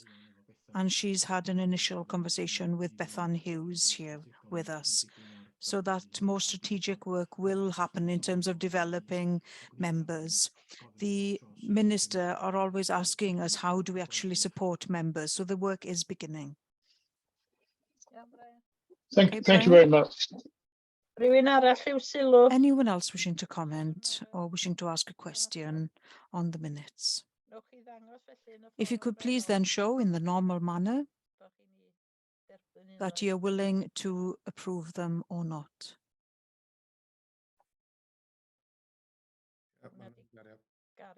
It's carried. And then the second one, Elfed, I think it's over to you, the minutes of the Performance and Resources Committee that was held on the 13th of July.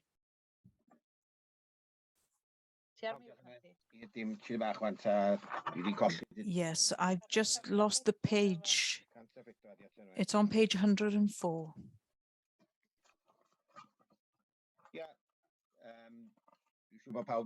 I'm sure you've all had an opportunity to take a look at these set of minutes. There's nothing particular that I'd like to report. I don't know whether you have any questions or any comments or any matters that you'd like to raise.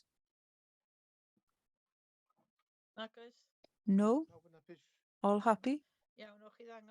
Very well. Could you please have a show of hands that you're happy with these set of minutes?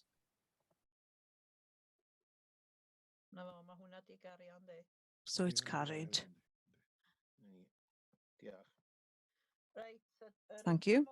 And then the last item on the agenda, I'm certainly looking forward to this personally, to receive a report from Brian and Tim. I think you can do this together or however wish to organise it between yourselves on the Europark conference that was held at the end of September, beginning of October.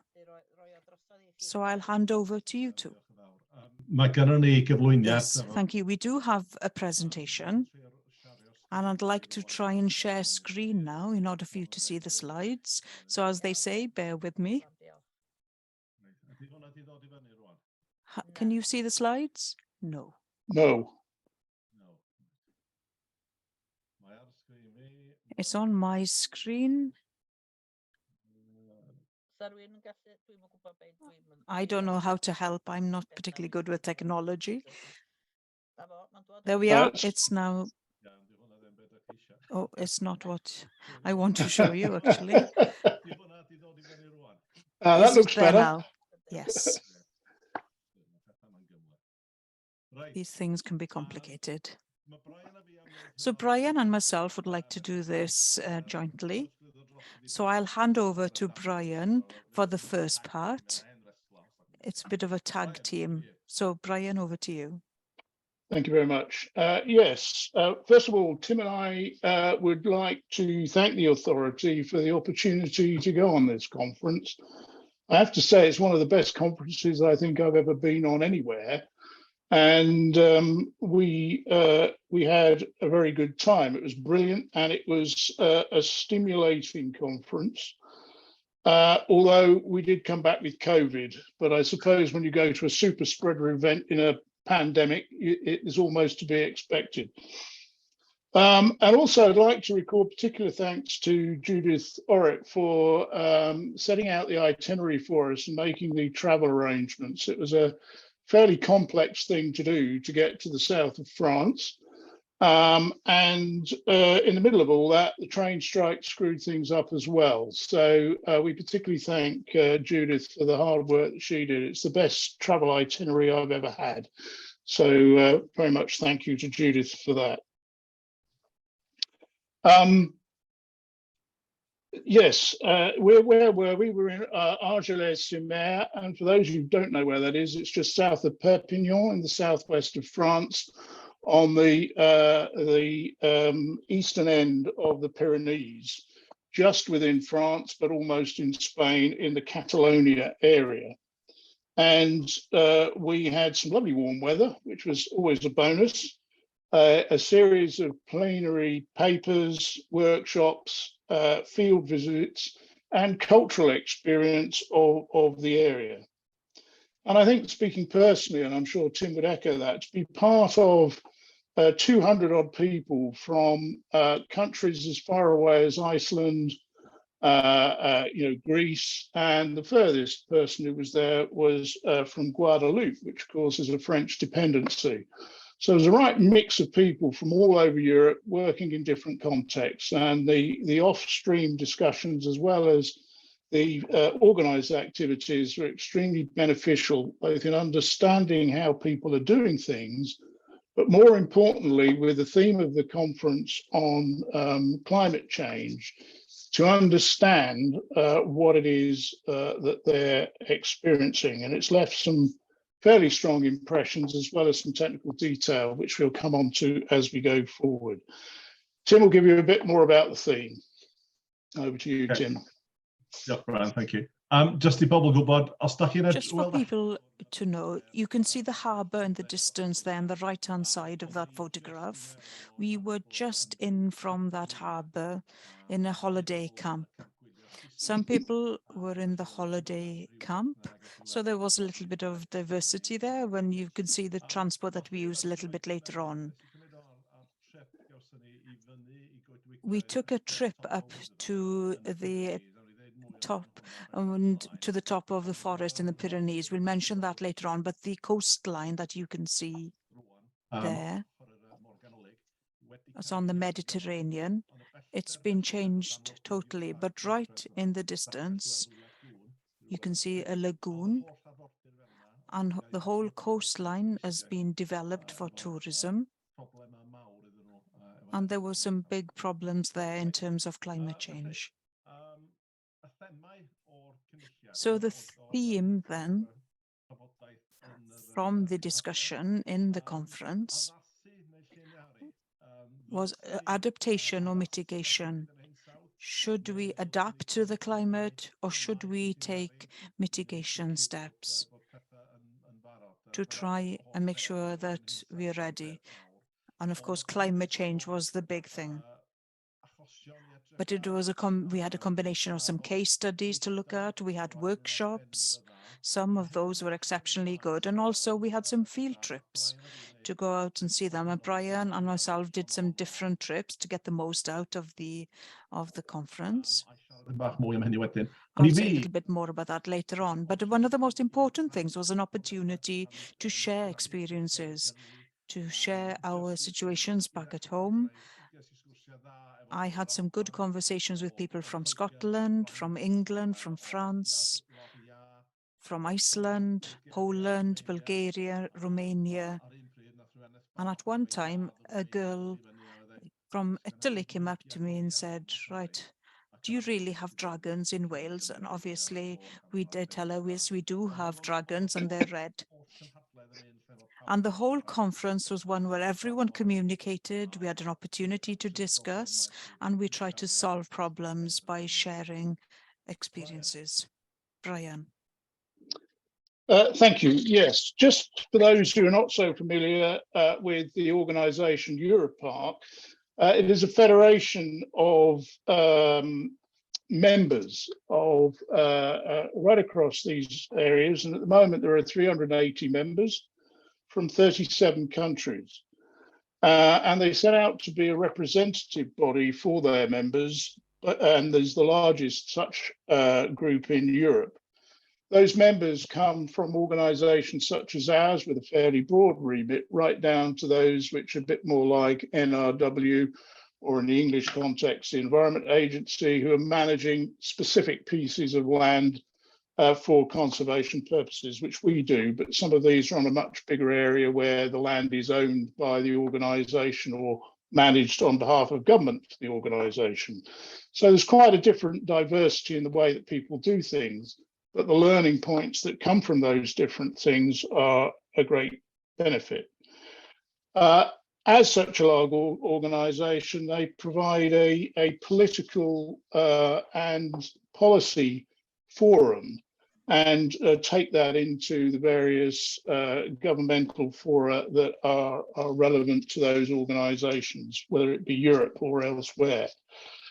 And in the course of the conference, we received a certificate on behalf of the ERIRI for having been a member for 25 years. And I think that has now found its way to headquarters and presumably will be displayed somewhere. Next year is the 50th anniversary of Europark Federation, and we'll say a little bit more about that later on in terms of next year's conference. Over to you, Tim. Yeah, Brian. Hwn oedd y llun gefndir i. This was a photograph, one of the sessions that we had. It was really hard out there in that sun, but we had to stay there and we had a discussion session. We spent a lot of time in a big hall listening to people speak, And I think that's how COVID was probably spread. And this is one of the sessions where we were outside. There is a subsection really that we were part of, and those are the Atlantic Islands, and us and Ireland are in that section. Iceland used to be part of the Atlantic Isles, but they've defected, I think, to the Nordic Isles, I think they call it, in protest. I don't know why. Our link into all of this is Helen Pye. She works on this for Eryri and contributes to meetings. If you'd like to know a little bit more, then you've got the address at the bottom there. Something else that was quite interesting about the area, it's in France, but it's also in the Catalan region. And the Catalan language was a language that was used by everyone who discussed, and lots of Catalan was spoken. And an interesting fact for you, there is one word that's exactly the same in Catalan and in Welsh, cranc. Cranc is used as the same word for that same creature in the sea. So I think back to Brian. Oh, no, I think I'm carrying on for a moment. As I mentioned, the website, it has lots of information if you'd like to take a look at it. And it also talks about the Youth Manifest, which is very important, and also the sustainable tourism, which I think is very useful for us. In the conference, we had the Life Enable. It's an European, and if you remember the rainforests that we have, well, that's funded under the Life Enable. And also there are a couple of projects that includes Life Enable and Life Adapt. We'll talk a little bit more about that later on. And all of that is included in this European and the Life Enable, if people want to do it. And Brian will talk a little bit more about that now in a moment. And as they said, we can ask people to come into that if we want. So over to Brian. Yes, LIFE is the European project that funds the Celtic Rainforests project, and it also funds this project Life Enable. And the purpose of Life Enable, which was launched project and it runs until 2024, is to increase the management capacity and the competencies, particularly to manage Natura 2000 sites, but all protected areas within Europe. So it's a skills and competence program run online, and is sort of a curriculum associated with that. And it's there to equip staff in the competencies necessary for doing the detailed management. The current intake is under selection. It began in November, and I think they're due to start the first program in December. But there will be another intake next year running sort of October and November. So that may be something to look into, in a bit more detail, is the appropriateness of that for staff within Eryri going forward, and whether there's staff there that could benefit from that program. There's a contact detail on the website who more details can be drawn from. Also, part of that is the training process. So they do expect that sort of training to be cascaded, and there will be training for trainers within the program as well. And although obviously following Brexit, we're not within the EU, because of our membership of Europark, we do have access to projects such as Life Enable.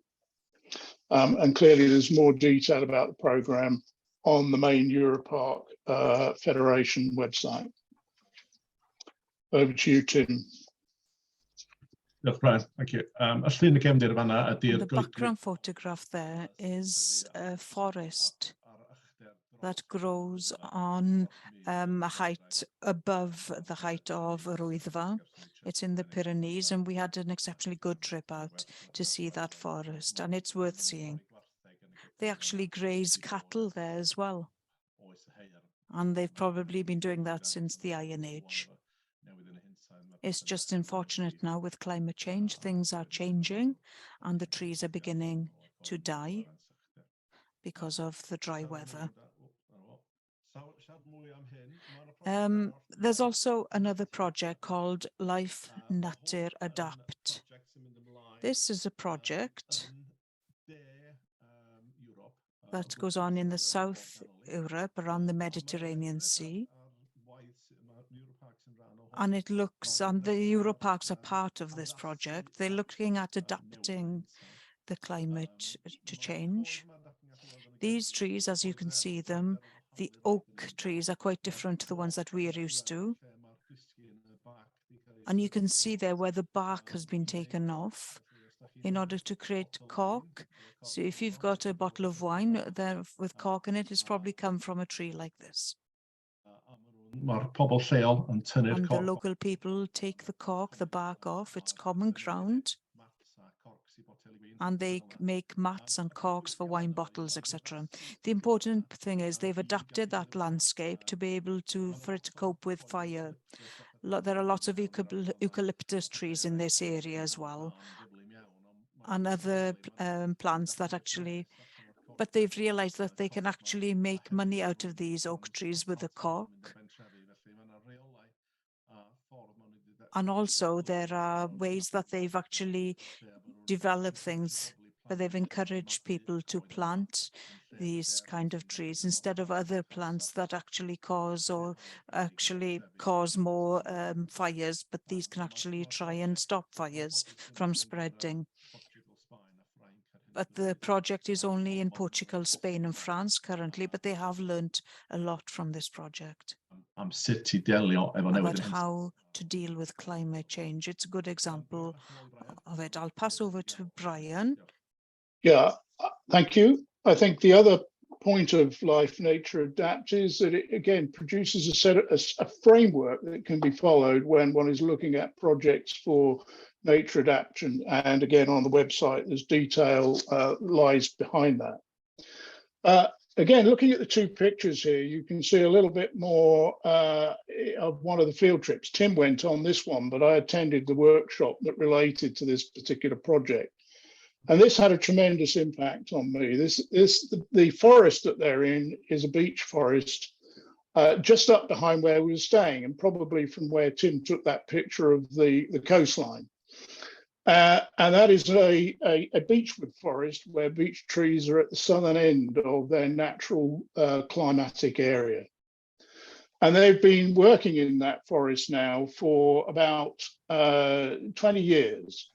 They've actually identified individual trees within that forest, all 20,000 of them, and they monitor those periodically in terms of their health, whether they're still alive and what's going on. And that then has been mapped. And that is actually a map that the guy there is holding up of the forest with the individual trees.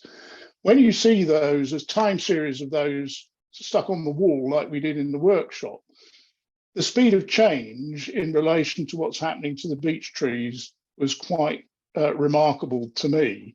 And the fact that oak trees are now beginning to move into that area. And because they've also got the climatic data that goes with that, they can see the strong link between the two. And as Tim has already talked about, the climate change is inevitable, and therefore we may need to think about adaptation being preferable to mitigation. And that might have real consequences to how we think about in relation to land use in Snowdonia over time, because change is happening fast. That question of the beech forest that I've just mentioned, also in the marine habitats that Tim referred to with regard to the lagoon and so on. And in Iceland, where they're beginning to see cracks appearing in some of the mountains where the glaciers are melting and water is there, these mountains, and they are mountains, they'd be as big as a Trivan, with cracks appearing through the middle of them, where massive landslip and coastal problems can occur if that landslip happens. and they're monitoring that closely. They don't know if it's going to be next year or 50 years, but they're beginning to see make preparation for how they're going to have to change, both in terms of potentially moving communities or whatever. So the speed of change was something which came through to me from the extremities of the in the members' area. So really, the conference was a wake-up call on the speed of change and the need to, and that really leaves to us. You know, how does RERI need to consider, you know, the way that we may need to change and adapt? And it may be sooner than we think. We know that things are happening on the coast in terms of sea level rise. We can see some of the changes in earliness of flowering of plants and different species of bird, and you know, when birds nest and so on. But do we really understand what's going on? And at this point, I'll hand over to Tim. Right. Okay, slide all So this is the last slide in terms of what we learned. As Brian mentioned some of the things there, and I'll just go into those in a little bit more detail. The questions that were asked, just how well do we understand how temperature is changing locally within areas of the park? I know from my previous experience that the sea level has increased by 10 centimeters in the last 25 years on the Eryri coastline. And that sounds extremely shocking to me, but I know that things are changing. The fact that we've had an extremely warm autumn, 21 degrees in Porthmadog last week, and I think it's telling me that things are changing, and it's not just a change in the weather, it's to do with the trends. Places such as the South Pyrenees are changing extremely quickly because they realize that the trees that have been there for thousands of years, not the same trees, but communities of trees, they're beginning to go. The oak trees are coming in, but there are other trees who can't cope with the weather. Then the question which is asked, do we have a structured way of monitoring how indicator species are changing over time? There's a good chance over a period of the next century that the lily on Yr Wyddfa will no longer grow there. There's a good chance of that happening because there is a change in how much snow we are getting and how much cold weather we experience. Even more importantly, how well do we communicate and work with our communities and stakeholders? Are we working with them to see how they are adapting to what's to come? And also, a contentious issue currently, how do we fund it? Can the government do? There was a lot of discussion in the conference about the private sector and how much money will come in from the private sector. But it's something very contentious. And certainly down in the Parliament in Cardiff, the government are discussing this. Where will the money come from? Should we be taking money from the private sector? So I'll again pass over. That photograph is where we're in the forest looking across. This is even higher than Ben Nevis. So some big mountains there. So next year, Brian. Thank you. Well, you can see the text there. That's the theme for the conference next year: nature, people in harmony, which of course plays very much to our own special qualities and the way that we approach the work. The 50th anniversary conference is going to be in the north of Netherlands, in Leeuwarden, and forgive me, I don't know how to pronounce Dutch. And you can find out details about the conference at europark2023.nl. And the dates for the conference are the 3rd to the 6th of October next year. And I do hope that the National Park will be able to fund members and members of staff, because of the distance and cost, it will be only a few, but some to go to that conference, as if you get the experience that Tim and I had, we can only but benefit from attending that event. I don't know whether Tim's got the video there. Maybe we could show that, but perhaps after taking some questions on the rest of the presentation, and then we'll show you the little video that is available about the conference next year. Diolch. Diolch i chi'ch gair diddorol. Thank you both. If there are any questions, more than happy to try and answer them. I can't see everyone now because you're sharing screen. Oh, right. Perhaps it would be better to show the video now, and then we can stop share screen. It's not a long video.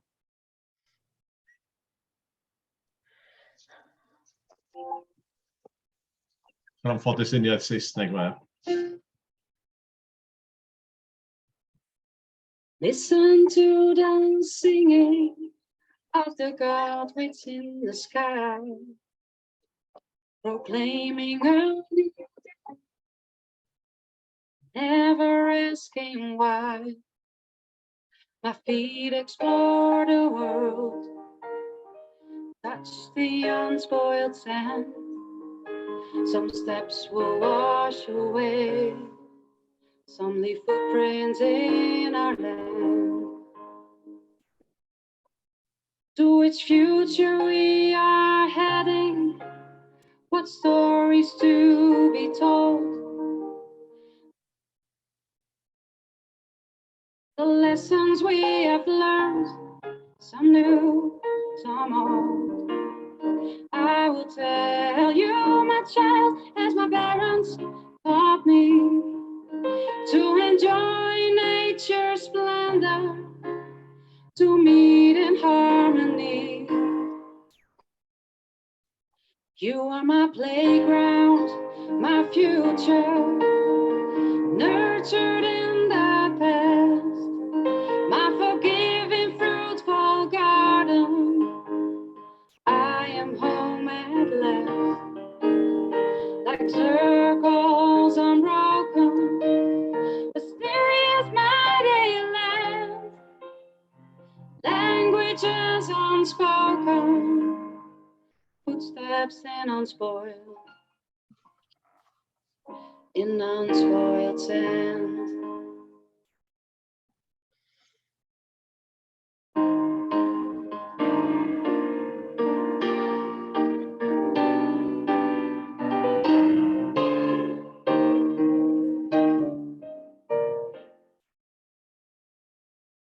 You are my playground, my future, nurtured in the past, my forgiving, fruitful garden. I am home at last, like circles unbroken, mysterious mighty land, languages unspoken, footsteps in unspoiled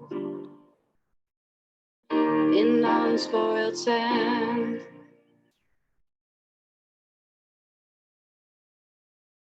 Thank you, Tim. Diolch Yeah. i chi. That mentioned 2021, that's because that's where it was going to be before COVID, and it's been translated now into 2023. Thank you, Anwen. Yeah. Diolch i chi'ch dau y Thank cyflwyniad. you both. That was a very interesting presentation. I've enjoyed, and I'm glad that you both enjoyed. Do we have any questions or comments that you'd like to ask Brian or Tim?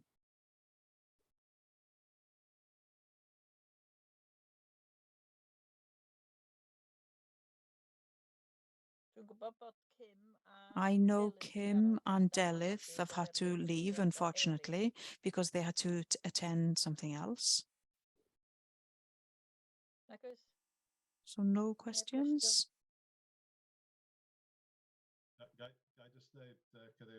Could I just say, Chair, if I can tell people, if you have an offer, if you're able to attend, I would Thank you. strongly recommend you Definitely. attending because it was an exceptionally good experience. I learned so much from that experience, and it's a good opportunity to see that there are others across Europe who, especially in the situation that we're in now, post-Brexit, and others who are trying to run national parks, trying to work with communities and climate change, etc. It's very important to take advantage of such events.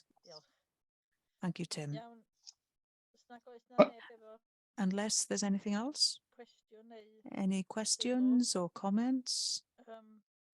mi ddoi ar cyfarfod i ben. I'll felly, bring this meeting to a close. ac ai diolch i chi gyd, And I'd like to thank you all for attending this morning. deud ar y cychwyn, edrych And as I ymlaen mentioned at the i beginning, gweld chi, I look forward pwy bynnag fydd to yn see you, Plas Tan Bwlch mewn whoever bythefnos, will be in Plas Tan y Bwlch in a fortnight's time cyfarfod perfformiad adnoddau. for the Performance and Resources meeting. Hwyl i chi heddiw. So, Hwyl ŵan. good afternoon. Anwen, Yeah. 2:00 da ni efo nesau ni fe, ia? Are we meeting at 2 o'clock? Yes. Yes, it's not directly after this, is it? No, it's at 2 o'clock. Goodbye, everyone.